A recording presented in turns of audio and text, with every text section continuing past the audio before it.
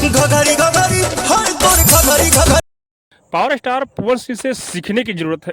मैं आप लोग को बता दूं कि पवन भैया के आज से 2 दिन पहले जो गाना आया था घंघरी, हाँ भाई ये गाना रिकॉर्ड नहीं महा रिकॉर्ड कायम कर दिया है।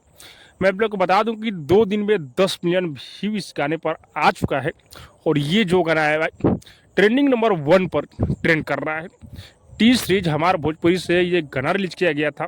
इस गाने का वीडियो क्वालिटी से लेकर म्यूजिक से लेकर रिलिक्स तक सब कुछ बेहतरीन है और इस गाने को पवन सिंह गाए थे भाई, म्यूजिक प्रियांशु सिंह का था और आशुतोष तिवारी इस गाने को लिखे हुए थे भाई।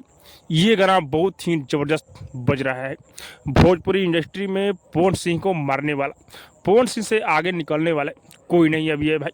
पवन सिंह इकलौता राज कर घघरी घघरी हर तोर घघरी घघरी। और व्यू तो दबा कर मिल रहा है भाई और लाइक का तो कहना ही नहीं है। आप लोग अब तक इस गाने को नहीं सुने होंगे तो एक बार जरूर सुनिएगा। टी सीरीज हमारा भोजपुरी पर इस गाने को रिलीज किया गया है भाई।